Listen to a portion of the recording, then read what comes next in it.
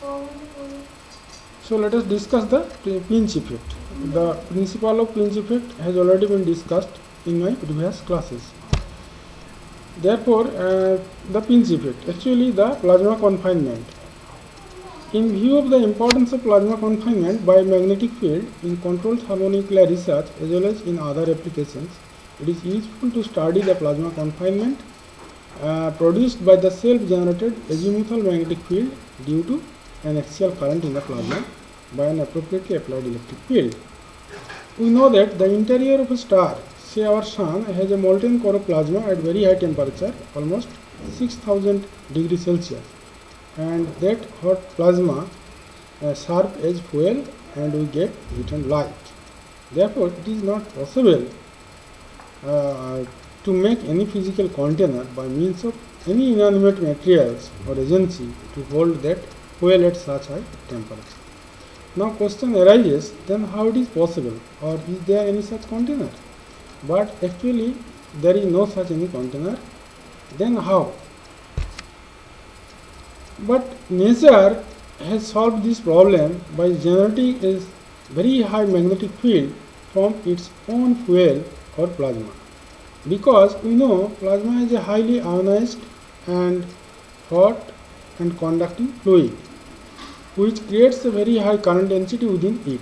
And since we know from the magnetostatics that a steady current can create magnetic field, therefore we have the magnetic field from that current automatically. Then what happens? After that, what happens? Since plasma has a very high number of ions or particles which are at very high temperature, so they exert a kinetic pressure according to ideal gas law, or which is known as Clapeyron's equation, E equal to nkt. And that pressure acts on the walls of the container, although there is no any physical container. So the plasma may be spread out. It may appear or it seems that plasma may spread out, but this is also not the case. So what happens? But as soon as the kinetic pressure increases, an opposite change in the magnetic pressure develops, which counteract or prevent such changes. And these two equal and opposite pressure, that means one kinetic pressure and another one is the magnetic pressure, hold them and confine the plasma without any container. Now our aim is to estimate or calculate these two opposite pressures. Now to estimate the magnetic pressure, we have to calculate the current which can produce such high value of magnetic field, and then the radial kinetic pressure developed due to thermal motion. Now let us calculate. So the calculation of current necessary for the required magnetic field. Consider an infinite cylindrical plasma column as shown in this figure.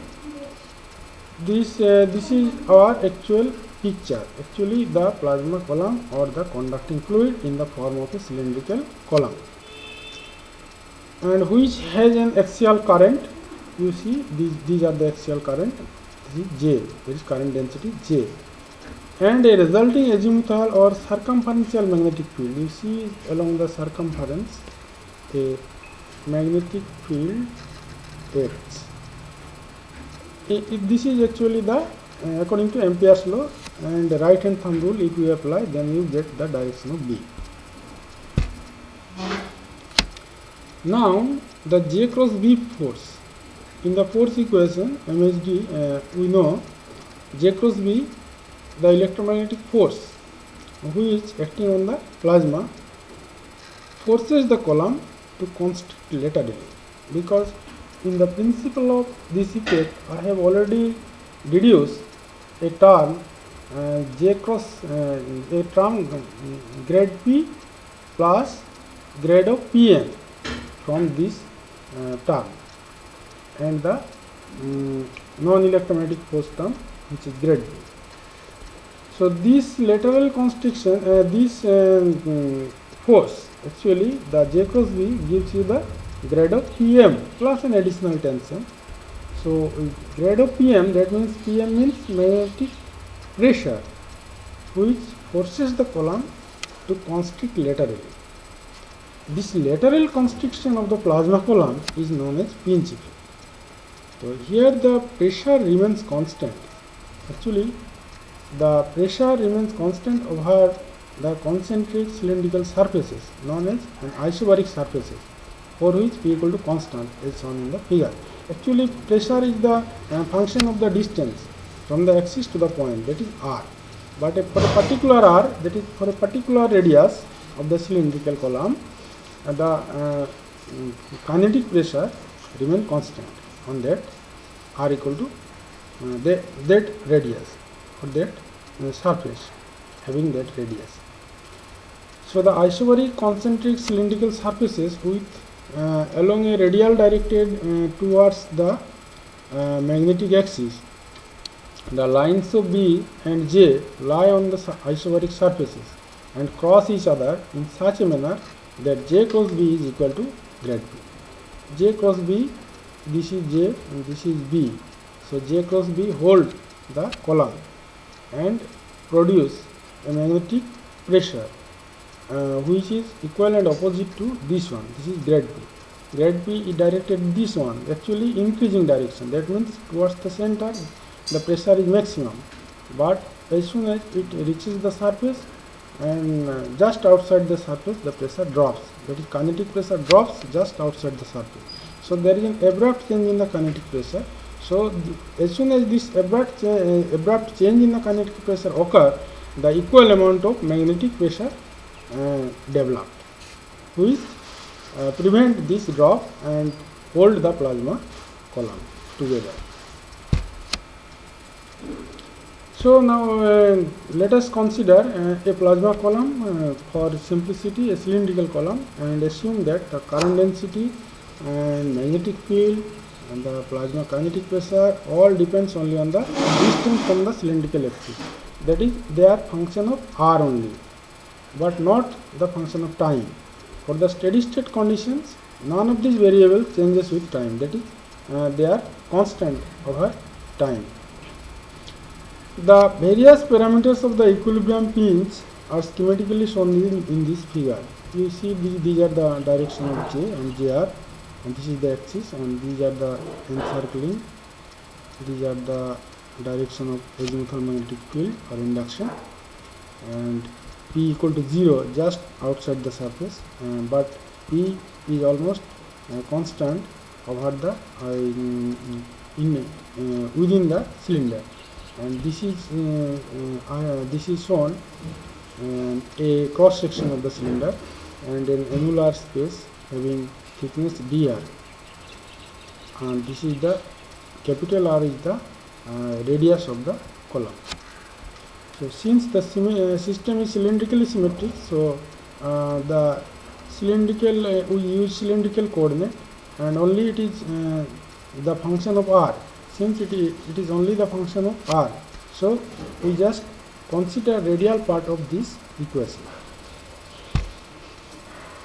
So we have dpdr equal to jr br.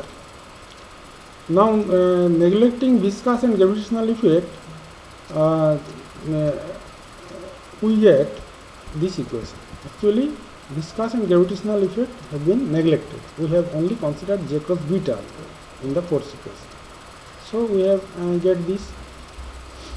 Now therefore total current within the cylinder Iz equal to Iz of R equal to 0 to infinity J into 2 pi r dr over entire cylinder of radius R. So this, from this equation you can write this one. Now from Ampere's law we can find V theta equal to mu naught I by 2 pi r suman this equal to this.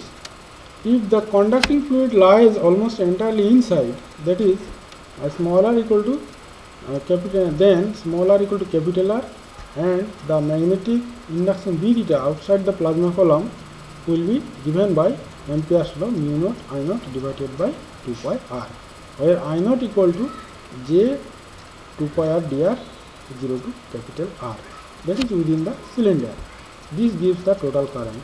Obviously Iz of actually R equal to 0 means here R equal to 0 equal to 0. That means that along the central axis there is no current. Actually current confined over any cross section, over surface of the cylinder.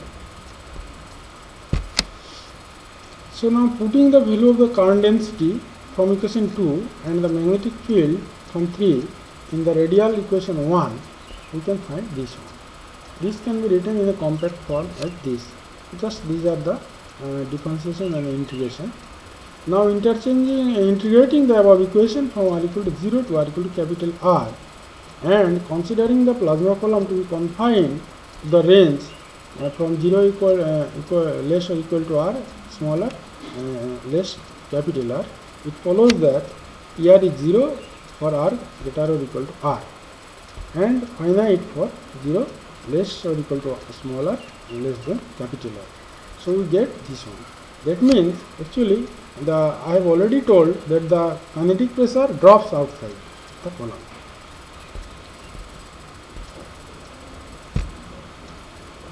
Now, if the partial pressure of the electrons and ions are governed by the ideal gas law, then according to Clapeyron's equation, P equal to NKT, we have PR equal to, that is radial pressure, PR equal to radial kinetic pressure equal to radial kinetic pressure of electron, P plus ion, PIR.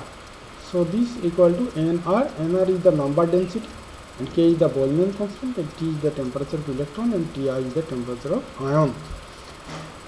Then we have I0 square equal to this one, this equation.